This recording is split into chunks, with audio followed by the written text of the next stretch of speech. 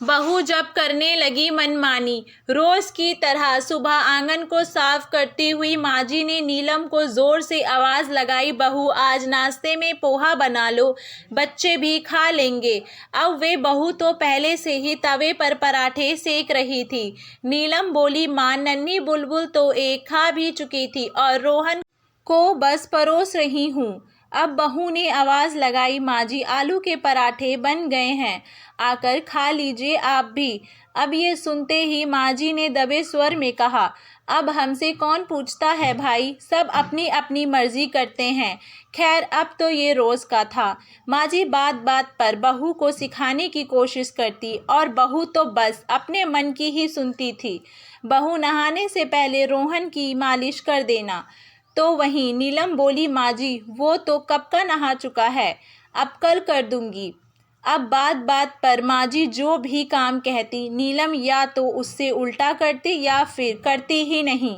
अब शाम ढलने लगी थी। पूजा के बाद माजी अपने सिंदूक को पलंग के नीचे से बाहर की ओर खींचने लगी।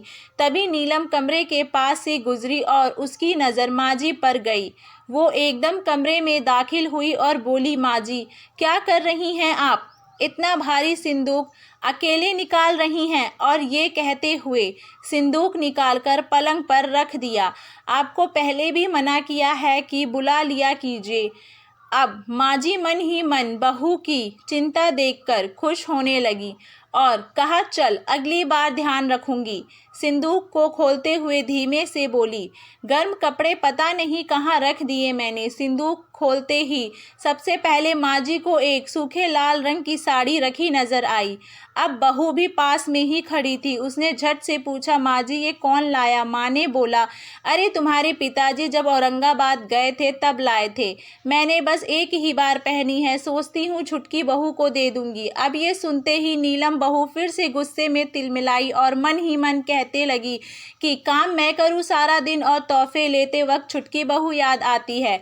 अब माजी धीरे धीरे सिंदूक से कपड़े बाहर निकालने लगी। गर्म कपड़े निकालने के बाद माजी अब गर्मियों के कपड़े समेटने लगी। तभी गुस्से में लाल नीलम कमरे से बाहर निकलने लगी।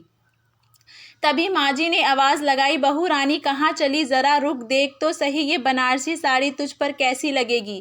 नीलम बोली, क्या फायदा माजी, जिसे देनी है उसी को बुलाकर दिखा दो ना। माजी बोली, वही तो कर रही हूँ। आपका मतलब, हाँ मैंने ये साड़ी मंगवा कर रखी थी, सोचा था तुझे किसी मौके पर दूंगी, मगर आज हाथ लगी तो सोचा दे दूंगी। दिवाली आने वाली है ना, उस पर पहन लेना। चल अब जल्दी से सिंदूक वापस वहीं रख दे और जाकर रसोई संभाल। कई बार कानों सुनी गलत होती है तो कई बार आंखों देखी भी गलत हो सकती है, इसीलिए मनमानी करने से पहले एक बार खुद को दूसरों की जगह पर रख कर देखिए। आशा करती हूँ आप सभी लोगों को हमारी ये कहानी पसंद आई हो।